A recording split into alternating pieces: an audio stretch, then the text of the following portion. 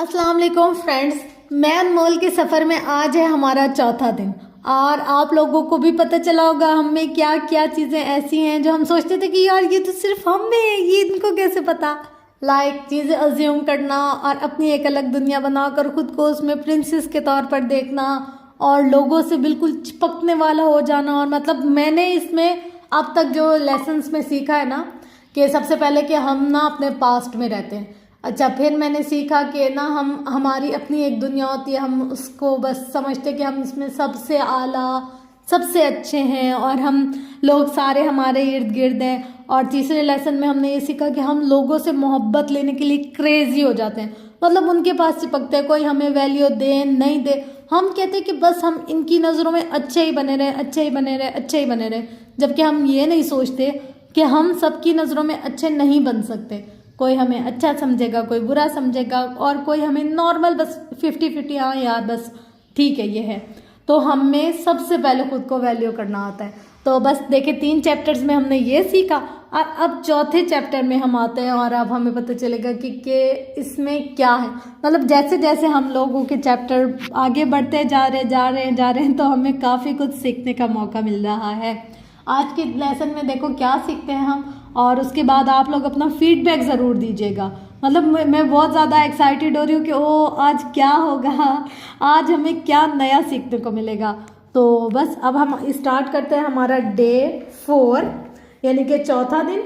आज मैं आपको एक ऐसे सफ़री किस्से का वाक़या सुनाने जा रही हूँ जिसके लिए मैंने 7 साल तक कोशिश की थी। वो सफ़र जिसे तय कर लेना मेरे लिए शौक़ से ज़्यादा जुनून बन चुका था। हम सारी दुनिया अपनी मर्ज़ी से घूम सकते हैं, लेकिन एक मुल्क ऐसा है जिसका सफ़र आपकी मर्ज़ी से नहीं होता, नसीब से होता है। इसका अपना वक्त और अपना तरीक़ाकार है और ये है अल्लाह के घर का सफ़र। मैंने अपना पासपोर्ट हज के लिए बनवाया था। मैं हर साल हज पर जाने की कोशिश करती थी, लेकिन कोई ना कोई मसला आड़े आ जाता था। यूँ 5 दफ़ा हज का मौसम आया और बीत गया। 5वें बरस मैंने उम्रे का सोचा, मगर इसके प्लान को हकीकत बनते बनते 2 साल लग गए। हज ना सही, उम्रा सही, मुझे बस अल्लाह ताला के घर जाना था। इसकी 2 बड़ी वजूहात थी। अव्वल, एक मजहबी माइलस्टोन पूरा हो जाएगा। हज अगर नहीं हो पा रहा तो कम अज़ कम बैतुल्लाह में हाज़िरी ही हो जाएगी। और दूसरी वजह थी मेरा ईमान, मेरा ये यकीन कि काबा में सारी दुआएं कबूल होती हैं। जब मेरी कोई दुआ कबूल ना हो पाती तो मैं इसे काबे के लिए संभाल रखती कि खैर है, काबा जाके दुआ मांगूंगी फिर सब ठीक हो जाएगा। यूं अल्लाह के घर जाना मेरी हर दुआ का महवर बन गया। मैं ये भी दुआ मांगती थी कि ए अल्लाह, जब मैं काबे में जाके दुआ मांगू तो मेरी सारी दुआएं कबूल कर लेना। मैंने इतनी दुआएं शायद किसी चीज़ के लिए नहीं मांगी होंगी जितनी काबे में दुआ की कबूलियत के लिए मांगी थी। 7 साल बाद मैं बिलाखिर काबा पहुंच गई। मैं बहुत खुश थी, मगर मैं थक भी गई थी। मैं पहली दफ़ा हरम पाक आई थी और मुझे अंदाज़ा नहीं हुआ था कि वहाँ इतना चलना होगा। चलना मेरे लिए मसला नहीं था, मैं अपने ट्रेजेस में वॉक की आदी हूँ, लेकिन नंगे पैर इसकी मुझे कभी मशक नहीं थी। तावाफ के दूसरे चक्कर के दौरान मुझे पैर में दर्द महसूस होने लगा, जैसे मेरे दाएं पैर के दरमियान से कुछ खींच रहा हो। जैसे पट्टे खींचने की तकलीफ होती है, आप फ़ौरन पोजीशन चेंज करते हैं और वो ठीक हो जाती है। मगर मैं चलते हुए क्या पोजीशन बदलती, मुझे इसी तरह चलना था, सो चलती रही। रश के बाइस हम बालाई मंजिल के बरामदे में तवाफ़ कर रहे थे। चौथे चक्कर तक मैं लंगड़ाने लगी और जब हम सही करने के लिए अंदर गए, मेरा पैर नाकाबिले बर्दाश्त हद तक दर्द कर रहा था। मसला ये था कि मैं ब्रेक लेने के लिए रुकना नहीं चाहती थी, क्योंकि हम पाकिस्तान से हालत एहराम में यहाँ आए थे। कई घंटों के सफ़र ने थका दिया था। अब जितनी जल्दी उम्रा मुकम्मल करके मैं बिस्तर पर पहुँचती बेहतर था। मैं जो पाकिस्तान से ढेरों दुआएं सोच के आई थी, अब बस एक ही दुआ मांग रही थी कि अल्लाह मेरा दर्द ठीक कर दे। वो बहुत ही तकलीफ़दा रात थी। मैंने लंगड़ा कर अपना उम्रा मुकम्मल किया। फिर होटल वापसी का सफ़र ना करते हुए भी तवील हो गया। मैं बाकायदा खुद को घसीट कर चल रही थी। खैर, अपने बिस्तर पर जाके लेटी तो बिलाखिर सुकून आया और मैं सो गई। सुबह उठी तो दर्द में आराम था। मैं खुश हो गई, लेकिन जैसे ही ज़मीन पर पैर रखा, दर्द की टीस ऐन पैर के वस से उठी। पहला कदम उठाने के साथ ही रात वाला दर्द पूरी शिद्दत से वापस आ गया। लेकिन आज मुझे कोई परेशानी नहीं थी। मैं अल्लाह के हरम में थी, काबे से चंद सौ फुट की मुसाफत पर। मैंने कई बरस तक एक पैटर्न के तहत ज़िंदगी गुजारी थी। जो नहीं मिल रहा वो काबे जाके मांगूंगी तो मिल जाएगा। मेरा ईमान था कि आज जब मैं काबे जाऊंगी तो हरम के बरामदे में बैठकर इस सियाह खूबसूरत घर को नज़रों में रख के दुआ मांगूंगी तो मेरे सारे दर्द, मेरे सारे गम हवा हो जाएंगे। इस दिन मैं लंगड़ाते हुए हरम तक पहुंची, लेकिन मेरा दिल मुतमईन था। खाना काबा को देखते ही मैंने अपने पैर की तंदुरुस्ती के लिए दुआ मांगी। फिर मैंने आबे ज़मज़म पिया और दुआ मांगी। हमें यही सिखाया गया है कि अल्लाह से यकीन से मांगना है और अल्लाह से ज़िद करके मांगना है। मैंने भी 100% यकीन से मांगा और बल्कि ये भी कहा कि अल्लाह ताला आज रात तक आप मुझे शिफा दे दे ताकि मैं अगले 15 दिन सुकून से आपकी इबादत करूं, अपनी दुआएं मांगूं और इस सफ़र को बेहतरीन अंदाज में गुजारूं। मैं काफ़ी देर मताफ में बैठी दुआ मांगती रही। मैंने हर वो तरीका इख्तियार किया जो दुआ की कबूलियत में मदद देता है। जमजम पी कर दुआ मांगना, यकीन से मांगना, मकबूल औकात में मांगना, फ़र्ज़ नमाज के बाद मांगना और साथ ही ज़िद करके कहा कि आज रात जब मैं होटल वापस जाऊं तो मैं भली चंगी हो जाऊं। आपको क्या लगता है क्या हुआ होगा? क्या मैं रात से पहले ही तंदुरुस्त हो गई होंगी? नहीं, शाम तक मेरा दर्द 3 गुना बढ़ चुका था। तकलीफ़ इतनी ज़्यादा थी कि चला नहीं जाता था। मैं तवाफ़ के लिए जाने को उठी, फिर दर्द से बैठ जाती। इस रोज़ मैंने तवाफ़ भी नहीं किया, बस औरतों की मस्जिद में बैठी कुरान पढ़ती रही, दुआ मांगती रही। मेरी अक्सर दुआएं मेरे पैर की सेहत याबी के लिए थी। दर्द के बढ़ने के बावजूद मुझे यकीन सा था कि अगली सुबह जब मैं हरम आ रही होंगी तो मैं बिल्कुल ठीक होंगी। मगर अगली सुबह मैं पहले से ज़्यादा तकलीफ़ से लड़खड़ाती हुई हरम आई। मैं इस काबिल भी नहीं रही थी कि तवाफ़ कर सकती। बस मताफ में बैठी रही, आबे ज़मज़म पिया, खुद पर छिड़का, सर पर डाला, सदका किया, दूसरे हाजियों से कहा कि मेरे लिए दुआ करें, ख़ुसूसन बूढ़े हाजियों को। लेकिन फिर भी दुआ कबूल नहीं हुई। मेरी समझ में नहीं आ रहा था कि मेरे साथ ऐसा क्यों हो रहा है। मैं काबे में मांगूँ, वो भी आबे ज़मज़म के साथ, और मेरी दुआ कबूल ना हो। काबा जहाँ बड़े बड़े गुनाहगारों की दुआ कबूल हो जाती है, आबे ज़मज़म जो बड़ी से बड़ी बीमारी को शिफा देता है, इन सब असबाब के बावजूद मेरे पैर का दर्द सवा होता जा रहा था। मैं पेन किलर भी ले रही थी, क्रीम से मसाज भी कर रही थी, लेकिन रत्ती बराबर जो फ़र्क आया हो। 3 दिन गुजर गया और मैं अगला उम्रा नहीं कर सकी। फ्रस्ट्रेशन दर्द से ज़्यादा हो गई थी, तो चौथे रोज़ मैंने फ़ैसला किया कि बस बहुत हो गया। आज मेरा पैर दर्द करे या क्या, मैं उम्रा करूँगी। इस सुबह हम मस्जिद आयशा गए। मैंने एहराम की नियत बांधी और हरम आके उम्रे का आगाज़ किया। इस रोज़ तकलीफ़ के बावजूद मैंने मताफ में 7 चक्कर मुकम्मल किए। मैं बमुश्किल काबे तक पहुंच गई और इसका गिलाफ पकड़कर जहां दूसरी बहुत सी दुआएं की, वहां अपने पैर के लिए भी दुआ की। क्या अब कोई कसर रह गई थी दुआ की शिद्दत में? फिर मैं सही करने निचले फ्लोर पर आई। मेरा दर्द इस वक्त तक नाकाबिले बर्दाश्त हो चुका था। मैंने वहीं दवा का फक्का मारा, लेकिन ज़रा फ़र्क ना आया। कदम ना उठाओ तो ठीक, ज़रा सा चलो तो उफ उफ उफ उफ उफ। मैं अपने घर वालों से अलग होकर अपनी इबादत कर रही थी, क्योंकि मुझे लगता था कि आज मैं रोने लग जाऊंगी और मैं नहीं चाहती थी कि कोई मुझे रोते देखे। मुझे स्ट्रॉन्ग नज़र आने का वैसे ही बहुत शौक है और ये मेरी अना के ख़िलाफ़ था कि मैं व्हीलचेयर पर उम्रा करूं। नहीं भाई, मैं चल सकती हूँ। वो सही मेरी ज़िंदगी का मुश्किल तरीन सफ़र था। मैं इससे ज़्यादा जिस्मानी तकलीफ़ कभी नहीं सह सकती थी। लगता था नोकीले कांटों पर पैर रखकर चल रही हूँ। सही के दरमियान एक जगह मैं सीढ़ी पर थक कर बैठ गई। पहली दफ़ा मेरा ईमान मुतज़लज़िल हुआ था। क्या मसला है? मेरी दुआ क्यों नहीं कबूल हो रही? क्या मैं कुछ ऐसा गलत कर रही थी जो मेरी दुआओं की कबूलियत के रास्ते में रुकावट बन गया था? क्योंकि यकीनन मेरी ही दुआओं में कमी होगी, वरना यहाँ इस जगह दुआ की जाए तो कैसे कबूल ना होती। और अगर मेरी ये दुआ कबूल नहीं हो रही तो मेरी बाकी दुआओं का क्या? मेरा दिल एकदम खाली हो गया। मैं जिस्मानी तकलीफ़ के साथ शदीद जहनी ट्रॉमा से भी गुजर रही थी। मैंने कई बरस एक यकीन के साथ गुजारे थे। जितनी दुआएं पाकिस्तान में बार बार मांगने के बावजूद नहीं पूरी हो रही थी, मुझे उम्मीद थी कि एक रोज़ जब मैं अल्लाह के घर जाऊंगी तो अल्लाह वहाँ मेरी दुआ रद्द नहीं करेगा। लेकिन यहाँ तो सब ही उल्टा हो गया था।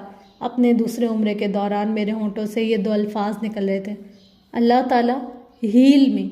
इन 2 अल्फाज में मेरे हर जिस्मानी और रूहानी मसले का हल था, लेकिन दर्द कम ही नहीं हो रहा था। मैं दवाएं लेती रही, क्रीम की मालिश करती रही, मगर दर्द ठीक ना हुआ। हर वक्त नींद सी आई रहती थी, लेकिन आराम ना होता। अगले चंद दिन मैंने उम्रा नहीं किया, सिर्फ तवाफ़ करती रही। कभी कभार इसके भी 7 चक्कर पूरे ना हो पाते कि पैर जवाब दे जाता। यहाँ तक कि हम मदीने आ गए।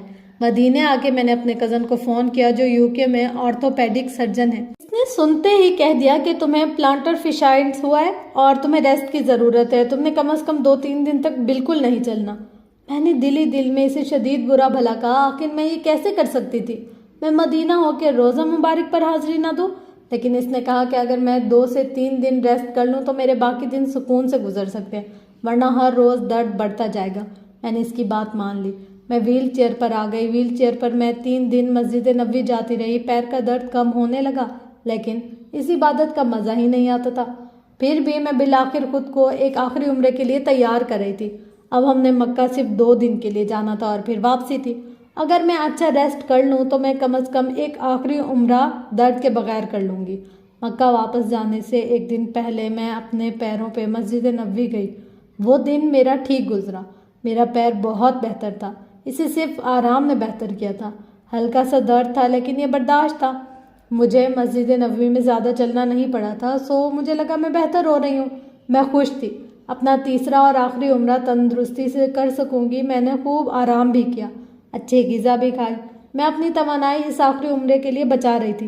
लेकिन क्या वाकई मैं अपनी तरफ से खुद को तंदुरुस्ती का सर्टिफिकेट देकर मदीने से बस में सवार हुई, एहराम बांध रखा था।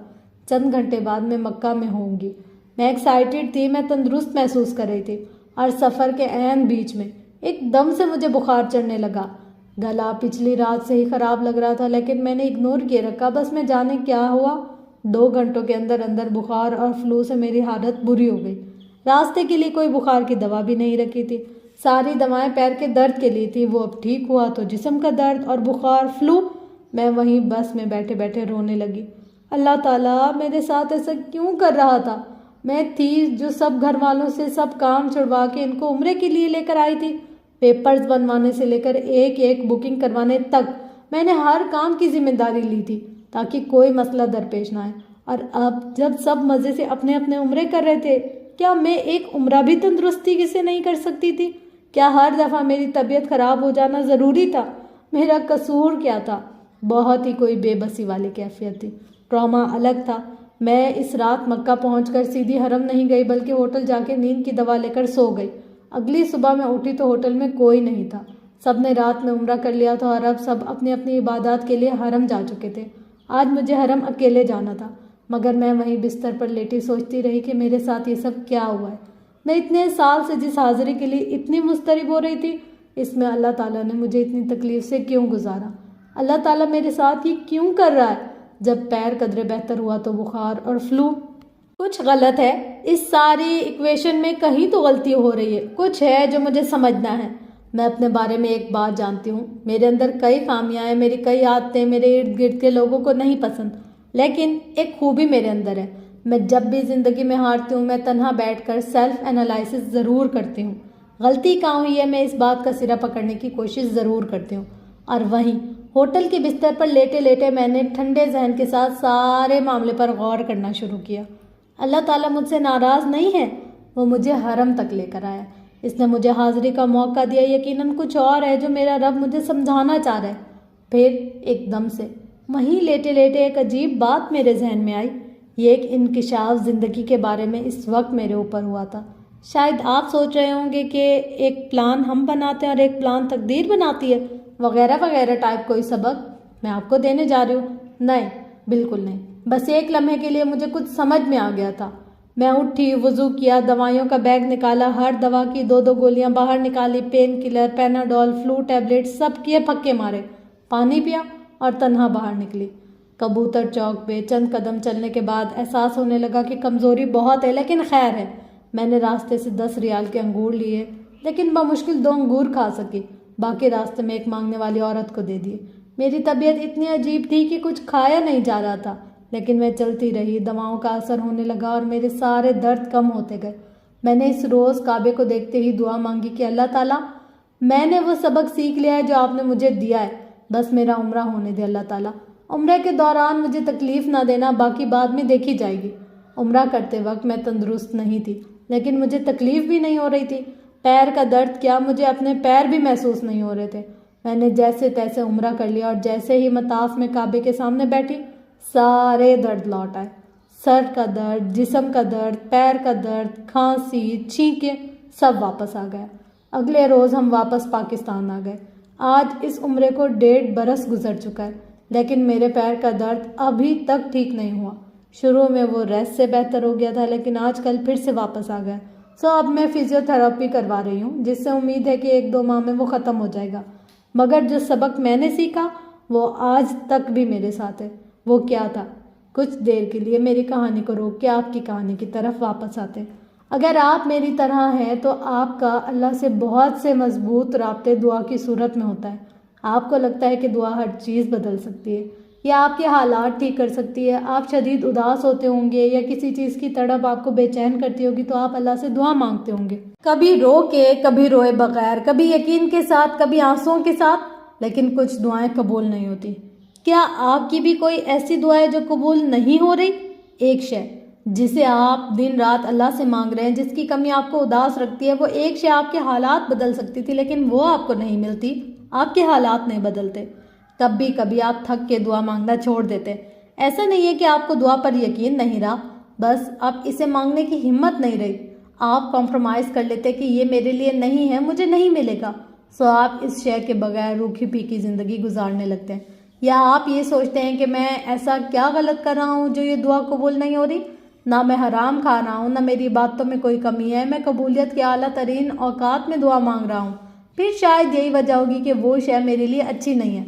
अल्लाह की मसलिहत, लेकिन हर दफ़ा दिल इस तवज्जी को नहीं मानता। क्या ज़रूरी है कि कोई दुआ इसलिए कबूल ना हो रही हो कि वो हमारे लिए अच्छी नहीं है?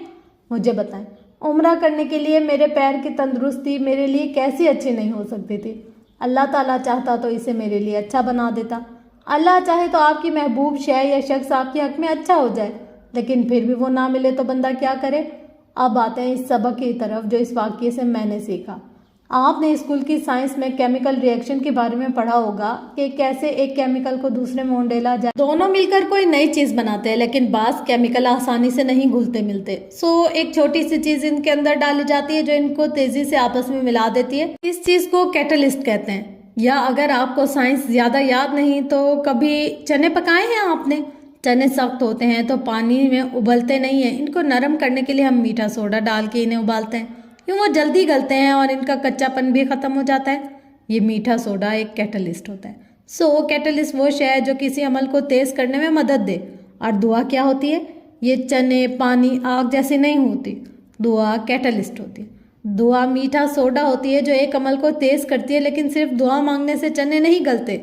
सूखे चनों पे मीठा सोडा डाल के रख दो तो क्या वो गल जाएंगे? नहीं। पहले चनों को काफ़ी देर भिगोना पड़ता है, फिर इनमें पानी डालते हैं, फिर नीचे आग जलानी पड़ती है। दुआ सिर्फ इस अमल को तेज़ करने में मदद देती है जिसे शुरू आपके हाथों ने खुद किया होता है। दुआ खुद से कुछ नहीं करती। दुआ को दरकार होता है एक पहले से जारी अमल जिसके अंदर वो मिक्स होके इसे मुमकिन बनाए। अब आते हैं मेरी तरफ। मेरी गलती क्या थी? मैं 7 बरस तक हरम के सफ़र की कोशिश करती रही। मुझे लगता था कि वहाँ जाके सारी दुआएं कबूल होती हैं और मुझे दुरुस्त लगता था काबे में वाकई दुआएं कबूल होती हैं, लेकिन दुआओं को पहले से जारी अमल चाहिए होता है। और मैं आग जलाए बगैर, चने भिगोए बगैर दुआ मांग रही थी क्योंकि मैं ये चाहती थी कि खुदा खुद ज़मीन पर आए और मेरा मसला हल करे। मैं ये समझती थी कि अगर मैं दुआ मांगूंगी तो अल्लाह मेरे लिए एक फ़रिश्ता भेजेगा जिसके पास मौजज़ादी छड़ी होगी। वो मेरे पैर की तरफ इशारा करके छड़ी घुमाएगा और एक लम्हे में सब कुछ ठीक हो जाएगा, फेरी टेल एंडिंग्स की तरह। मगर ऐसा नहीं होता। खुदा हमारी ऐसी दुआओं के जवाब में हमारे लिए मुआवजे नहीं उतारता क्योंकि इसने हमें एक मुआवजा बहुत पहले दे रखा है। वो मुआवजा मेरे पास भी था और वो क्या था? मेरी अकल और समझ बूझ। वो मुआवजा मैं खुद हूँ। मैं अपनी ज़िंदगी का मुआवजा हूँ, मैं अपना जादू हूँ, मैं अपना करिश्मा हूँ। अल्लाह ताला किसी की हालत नहीं बदलता जब तक वो खुद अपनी हालत ना बदलना चाहे। मैं अपना पैर खुद ठीक कर सकती थी अगर मैं चाहती। अल्लाह ताला ने मुझे सब कुछ दे रखा था, मुझे अमल खुद से शुरू करना था। दुआ मदद करती है, हिम्मत देती है, ताकत देती है, लेकिन वो आपके हालात कभी नहीं बदलेगी अगर आप खुद अपने हालात बदलने के लिए हाथ पैर नहीं लाएंगे। दुनिया कॉज और इफेक्ट के कानून पर चलती है। कॉज और इफेक्ट का कानून जानते हैं आप? इसका मतलब है कि एक अमल दूसरे अमल को जन्म देता है। एक अमल वजह बनता है दूसरे अमल के असरअंदाज होने की। अल्लाह ताला इस दुनिया को जादू से वजूद में नहीं लाया था। अगर ये दुनिया जादू या करिश्मों की बुनियाद पर बनती तो अल्लाह इसे पलक झपकने में बना लेता। वो इस पे कादिर है। इसने इस दुनिया को इसी कानून के तहत बनाया जिस पर इसे आगे चलना था। अल्लाह ताला ने इस दुनिया को 7 दिन और 6 रातों में बनाया। इसने कहा कुन, इससे एक अमल की इब्तदा हुई। इस अमल ने दूसरे अमल को जन्म दिया। यूं ये दुनिया एक सैयारे में ढलती चली गई, एक शय से दूसरी शय निकलती गई।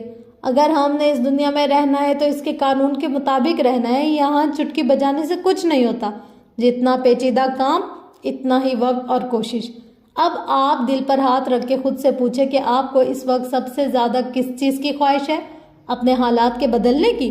अमूमन हमारी हर ख्वाहिश के पीछे यही मकसद होता है कि कैरियर बनाना, पैसे कमाना, शादी की ख्वाहिश, बच्चों की आरज़ू, सेहत की दुआ, मोहब्बत को पा लेने की तमन्ना। ये सब हमें क्यों चाहिए? ताकि हमारे हालात बदलें। हम अपनी रूटीन की ज़िंदगी से तंग आए हुए होते हैं, मगर अल्लाह किसी के हालात तब तक नहीं बदलता जब तक वो खुद इन्हें ना बदले। यानी ये सब चीज़ें आपको इस वक्त मिलेंगी जब आप इनके लिए कोशिश करेंगे।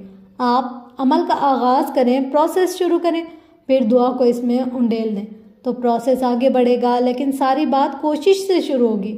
शायद आप कहेंगे कि जो आपको चाहिए इसके लिए आपने बड़ी कोशिश की, फिर भी वो नहीं मिला, अब क्या करें? मगर कोशिश तो मैंने भी की थी। मैंने पासपोर्ट बनवाया, घर वालों को साथ चलने पर राज़ी किया, एक एक डॉक्यूमेंट पूरा किया, होटल टिकट्स बुकिंग, वहाँ ले जाने वाला सामान सब कुछ तैयार किया। फिर भी मैं इबादत का लुत्फ़ क्यों नहीं ले पा रही थी? क्योंकि मैंने सिर्फ कोशिश की थी, तैयारी नहीं। मैंने खुद को दरअसल तैयार नहीं किया था।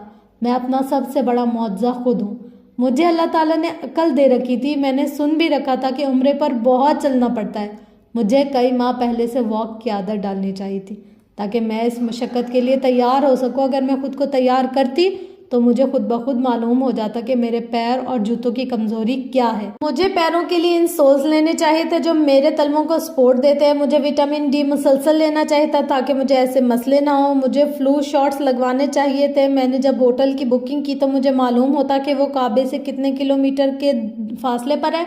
मैंने क्यों नहीं सोचा कि मुझे रोज़ इतने 100 किलोमीटर आना और वापस जाना होगा? मैंने क्यों नहीं चेक किया कि एवरेज तवाफ़ कितने मीटर का होता है? मुझे रोज़ इतनी वॉक करने की प्रैक्टिस होनी चाहिए थी। मुझे सप्लीमेंट्स लेने चाहिए थे ताकि मेरी क़ुव्वत मुदाफ़ियत मजबूत हो। मुझे अल्लाह ने इंटरनेट दे रखा था, दिमाग दे रखा था, तैयारी की माली इस्तात दे रखी थी। सारे मुआवजे मेरे पास थे।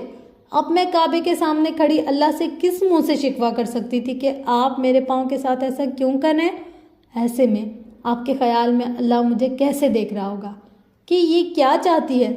मैं ज़मीन पर आ जाऊं इसके लिए? मैं फ़रिश्ते उतारूं इसके लिए? मैंने इसको सब कुछ दे रखा था। इसने खुद ये चैलेंज मोल लिया है, फिर इसने खुद को इस चैलेंज के लिए तैयार क्यों नहीं किया? क्या आपने खुद को इस नेमत के लिए तैयार किया जिसको हासिल करना आपकी सबसे बड़ी ख्वाहिश है? मसलन आपकी शादी का ना होना इस वक्त आपका सबसे बड़ा मसला है। जो मिलता है यही पूछता है, आपसे नहीं तो आपके वालिदैन से। ये सवाल आपको डिप्रेशन में धकेल रहा है। आपको लगता है कि शादी हो जाएगी तो सब ठीक हो जाएगा, लेकिन क्या आपने शादी की तैयारी की है? नहीं। मेरी मुराद जहेज़ या घरदारी सीखने से नहीं है। अगर आप मर्द हैं तो मेरा इशारा आपकी जॉब या माली हैसियत की तरफ नहीं है। क्या आपने ख़ुद को एक रिलेशनशिप के लिए तैयार किया है? क्या आपने जिस्मानी तौर पर ख़ुद को बेहतर करने के लिए मेहनत की है? और बिल्कुल भी सोशल मीडिया के इन अक़वाले ज़री पर यकीन ना किया करें कि जो कहते हैं आप जैसे हैं वैसे ही ठीक है। नहीं, अगर आपने ख़ुद को ग्रूम नहीं किया, माशरे के अदब आदाब अतवार नहीं सीखे, अपनी ज़ाती सिफ़ात पर तवज्जो नहीं दी, अपनी सेहत और फिटनेस को बेहतर नहीं किया, ख़ुद को आप बना सवार के साफ़ सुथरा नहीं रख सकते, तो आप शादी के बाद कैसे करेंगे? क्योंकि मैले कुचैले, बेढंगे और बुनियादी मैनर से नाबल्द शरीके हयात फ़ौरन दिल से उतर जाते हैं। क्या आपको मालूम है कि रिलेशनशिप कैसे चलते हैं? अगर आप इसलिए शादी करना चाहते हैं कि वो आपको खुशियाँ देगी जो अभी आपकी ज़िंदगी में नहीं आई, तो आप गलत हैं। रिलेशनशिप इसलिए नहीं बनाए जाते कि शरीके हयात एक दूसरे को खुशी दे। शादी इसलिए नहीं की जाती कि आप इससे खुशी हासिल करें। इसलिए करें तो वो कभी खुश नहीं रहेंगे। शादी या रिलेशनशिप तब कामयाब होता है जब दूसरे अपने अपने अंदर की खुशी एक ताल्लुक़ में उंडेले, फिर दोनों को सुकून मिलता है। दूसरी सूरत में ताल्लुक़ टॉक्सिक बन जाता है। आपको शादी की आरज़ू है, अच्छी बात है, सबको किसी न किसी मकाम पर होती है, लेकिन क्या आपको रिलेशनशिप की अलिफ बे मालूम है? क्या आपने एक हाई वैल्यू शादीशुदा ताल्लुक़ को समझने के लिए एक भी किताब पढ़ी है? शादी के बाद एक बाइज्जत और हाई वैल्यू पार्टनर कैसे बना जाता है? और कैसे खुद को टॉक्सिक होने से बचाया जा सकता है। क्या कभी आपने खुद को इस शय के लिए तैयार किया है, या आपके नज़दीक शादी की तैयारी कपड़े खरीदने, जहेज सेट करने और दुल्हन बनने के लिए दुबले पतले होने का नाम है? अगर आपके बच्चे नहीं हैं तो शायद आपको लगता है कि औलाद होने के बाद आपकी ज़िंदगी के सारे मसले हल हो जाएंगे, आपके घर में खुशी आएगी, ख़ानदान में आपको अहमियत दी जाएगी। क्या आप बच्चों के लिए तैयार हैं? बच्चे जिम्मेदारी का दूसरा नाम है। क्या आपने खुद को जिम्मेदार बनाना शुरू किया है? क्या आपने जिस्मानी तौर पर खुद को तैयार करना शुरू किया है? क्या आप सप्लीमेंट्स और एक्सरसाइजेज वगैरह से अपने जिस्म को इस मुशक्क़त के उठाने के लिए तैयार कर रहे हैं? क्या बतौर मियाँ बीवी आपने अपने आपस के मसले हल कर लिए हैं? आपके पास पैसे नहीं हैं, आप मेहनत करें और इस मकाम पर पहुंचने की जब आपके पास बहुत पैसे होंगे, लेकिन क्या आप इस पैसे के लिए तैयार हैं? क्या आपने प्लानिंग की है कितना बचाना है, कितना खर्च करना है और कितना मज़ीद इन्वेस्ट करना है? अगर अभी आपके माली हालात अच्छे नहीं हैं लेकिन फिर भी आपको फजूल खर्ची की आदत है तो आप आगे कैसे जोड़ेंगे? शायद इसीलिए रिस्क का रास्ता खुल नहीं रहा, क्योंकि आपके पास जो है आपको इसकी कदर करना नहीं आ रहा। आपको एक नेक मुसलमान बनना है, लेकिन इसके लिए आपने क्या किया? जिस्मानी और रूहानी पाकीज़गी के लिए क्या किया? आप एक ऐसे इंसान बनना चाहते हैं जिससे सब मोहब्बत करें, जिसकी शख्सियत सहर अंगेज़ हो, लेकिन वो बनने के लिए आपने क्या किया? कितनी तैयारी की है? क्या सिर्फ सुबह खेजी की आदत डालनी शुरू की है आपने? हमारा मसला ये है कि हमें अपने हालात बदलने हैं, लेकिन हम बदले हुए हालात के लिए तैयार नहीं है, ना जहनी तौर पर ना जिस्मानी तौर पर। या तो हम कोशिश नहीं कर रहे, और अगर कर रहे हैं तो सिर्फ हालात को बदलने की। हालात अल्लाह ताला ने बदलने, हमने दरअसल ख़ुद को बदलना है। जिस दिन आपको खुद को बदल लेंगे, इस दिन हालात भी बदलेंगे। ये बात आप लिख कर रख लें, घोल कर पी लें। जब तक आप अपनी कमज़ोरियों को नहीं जानेंगे, इनको दूर नहीं करेंगे, कुछ नहीं बदलेगा। और कमज़ोरियों को जानने के लिए ख़ुद से मिलना पड़ता है, इन्हें दूर करने के लिए ख़ुद से मोहब्बत करनी पड़ती है। जब तक आपको अपने अंदर के इंसान से मोहब्बत नहीं होगी, अल्लाह ताला के मखलूक से भी नहीं होगी। मखलूक से मोहब्बत नहीं होगी तो अल्लाह से नहीं होगी। मुझे हर रोज़ ईमेल्स और पैगामात मौसूल होते हैं जिनमें लड़कियां और लड़के लिखते हैं कि वो डिप्रेशन का शिकार हैं, इनकी ज़िंदगी में बहुत उदासी है, तल्खी है, ऐसे में वो क्या करें। मेरे लिए ऐसे ईमेल्स का जवाब देना मुमकिन नहीं होता, इसलिए मैं इन सतूर के ज़रिए से इनसे पूछना चाहती हूँ कि अगर आप इसमें हैं तो आपने इस उदासी को दूर करने के लिए क्या किया? मुझे ईमेल कर दी, बस एक दो दोस्तों के सामने फ्रस्ट्रेशन निकाल दी, खुद से क्या किया? हाथ पैर चलाए, उदासी की वजह ढूंढी, इस वजह को दूर करने के लिए मेहनत की, अपने आप को मुस्बत कामों में मसरूफ़ करने की कोशिश की? या अगर क्लिनिकल डिप्रेशन है तो इसको दूर करने के लिए क्या किया? साइकोलॉजिस्ट के पास गए? नहीं गए? क्यों? घर वाले नहीं मानते तो इनको मनाने के लिए क्या किया? अपने लिए आवाज़ उठाई? आजकल तो ऑनलाइन भी साइकोलॉजिस्ट हेल्प मिल जाती है। क्या अफोर्ड नहीं कर सकते तो अफोर्ड करने के लिए क्या किया? मुझे ईमेल कर सकते हैं तो इंटरनेट पर आपके पास मुफ्त में मवाद डाउनलोड हो सकता है। ऐसी किताबें हैं, कनेक्टेड बिहेवियर थेरेपी की एक्सरसाइजेज से इंटरनेट भरा पड़ा है, और ऐसी मदद चाहिए जो पैसे से आती है तो वो पैसा जमा करने के लिए क्या किया? अपने खर्चे कम किए?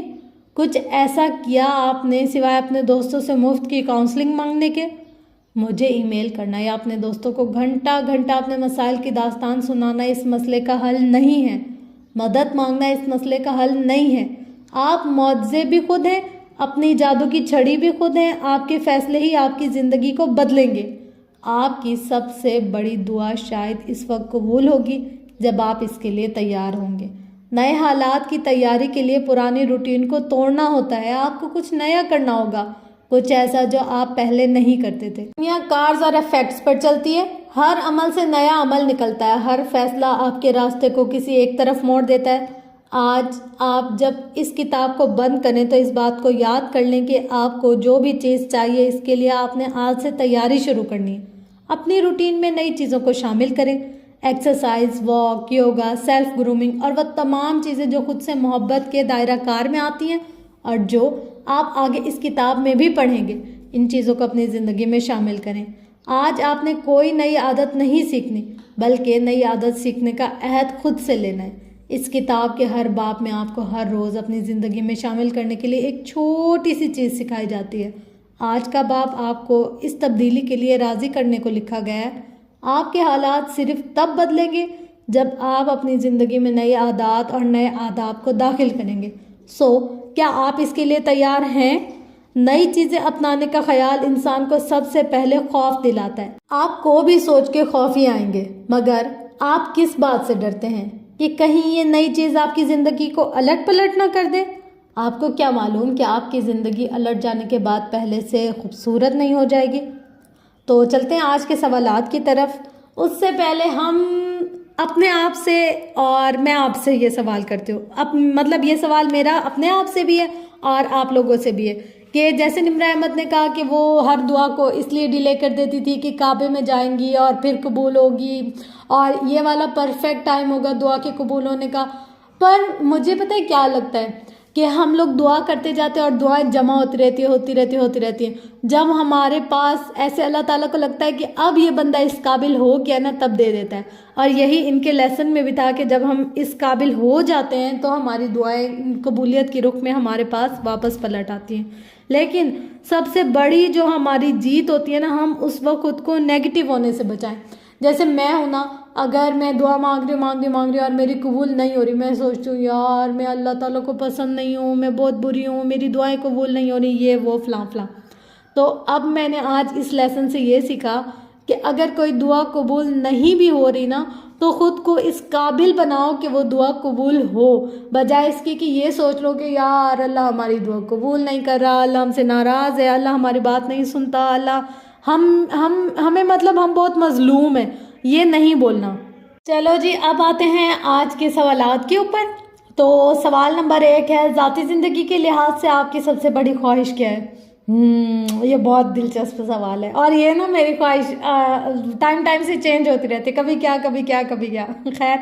अच्छा, अब आते हैं सवाल नंबर 2 की तरफ। आपने अभी तक इस ख्वाहिश को पूरा करने के लिए क्या किया? एक ख्वाहिश को पूरी करने के लिए बहुत सारे एफर्ट्स करते हैं, फिर वो बड़ी मतलब पूरी हो जाती है, फिर और की तरफ चल जाते हैं। अच्छा, सवाल नंबर 3 है, आपने इस ख्वाहिश को पूरा करने के लिए ऐसा क्या नहीं किया जो करना चाहिए था? बहुत सारा कुछ तो नहीं कर पाते, बस थोड़ा कर पाते हैं, फिर कहते हैं ओह शुक्र है मिल गई। मतलब हम थोड़ी एफर्ट्स कम करते हैं और अल्लाह का करम बहुत ज़्यादा होता है कि हमें वो चीज़ मिल जाती है।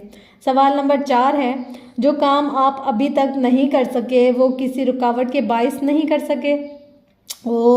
रुकावटें तो इतनी होती हैं ज़िंदगी में, क्या बताएं।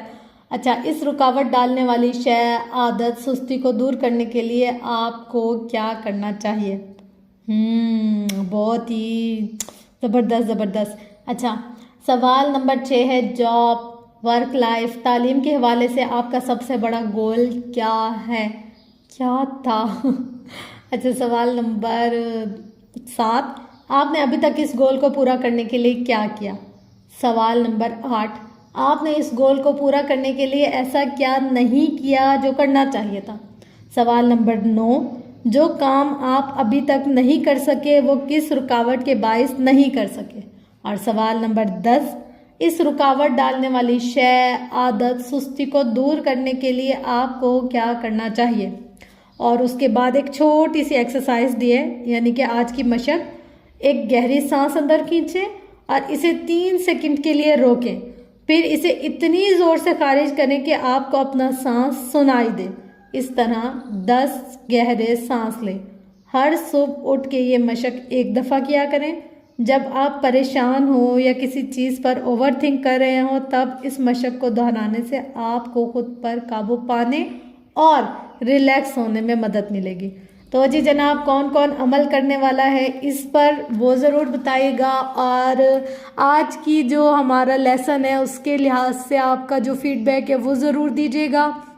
और इसके अलावा काफ़ी सारी चेंजेस आ रही हैं हमारे अंदर, मतलब मेरे अंदर तो बहुत सारी आ रही हैं, क्योंकि मैं इसको देखती हूँ, फिर डीप एनालिसिस करती हूँ, फिर अपनी ज़िंदगी से इन चीज़ों को रिलेट करने की कोशिश करती हूँ, फिर सोचती हूँ कि हाँ ये चेंज करना चाहिए, अब जो हो गया उससे आगे मूव ऑन करना चाहिए, फलां।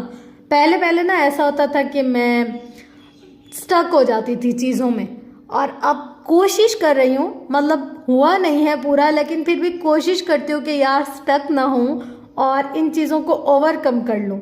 मतलब अगर कहीं फंस भी गई हूँ तो उससे निकलने का हल सोचूं, ना कि ये सोचूं कि क्यों फंसी, किसकी वजह से फंसी और किसको इल्ज़ाम दूं। ये एक आदत है ना जो मुझे लग रही है कि हाँ मैंने अपनी चेंज करने की बहुत ज़्यादा कोशिश की है। तो होप सो कि आज का चैप्टर भी आपको पसंद आया होगा, अच्छा लगा होगा और आपने कुछ ज़रूर सीखा होगा। तो इंशाल्लाह मिलते हैं कल, यानी कि 5वें बाब में। अच्छा, हम अभी स्टार्टिंग से इतना कुछ अच्छा अच्छा सीख रहे हैं, जब हम एंड पर जाएंगे तो हम, मुझे लगता है बिल्कुल एक चेंज इंसान होंगे इंशाल्लाह से, मेरी ये दुआ है। और आप सबके लिए भी अगर 1% भी कोई फ़ायदा हो जाए या आप अपनी लाइफ में 1% भी अगर कोई चीज़ चेंज कर लें तो मेरे लिए ये मेरी अचीवमेंट होगी। तो इंशाल्लाह मिलते हैं कल के लेसन में। तब तक अपना गिरदो नवा अहलो अयाल का बहुत ज़्यादा ख्याल रखिएगा और मुझे अपनी दुआ में बहुत ज़्यादा याद रखिएगा। मिलते हैं इंशाल्लाह नेक्स्ट वीडियो में। और चैनल को लाइक, कमेंट, शेयर, सब्सक्राइब ज़रूर किया करें और अपना फीडबैक तो लाजमी लाजमी लाजमी दिया करें। तो इस तरीके से ना हम एक दूसरे के साथ कनेक्ट हो जाते हैं कि यार देखो ये अच्छा है, ये ऐसा है, ये वैसा है। तो मुझे आप लोगों के साथ कनेक्ट करके बहुत ज़्यादा मज़ा आता है जब आप लोग के कमेंट्स आते हैं, अच्छी अच्छी बातें आप लोग बताते हैं ना। तो इंशाल्लाह मिलते हैं नेक्स्ट वीडियो में।